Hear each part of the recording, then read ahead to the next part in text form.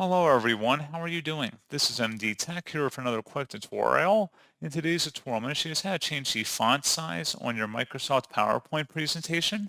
So this should hopefully be a pretty straightforward process, guys. And without further ado, let's go ahead and jump straight into it. So all you have to do is select whatever text you want to go about changing the size for. And then selecting the little menu that appears, you can click the drop down and select a different size font. And then you can also do the same thing up at the top here too. You can adjust it that way as well. And that's pretty much it. So as always, thank you for watching. I do hope I was able to help you out, and I do look forward to catching you all in the next tutorial. Goodbye.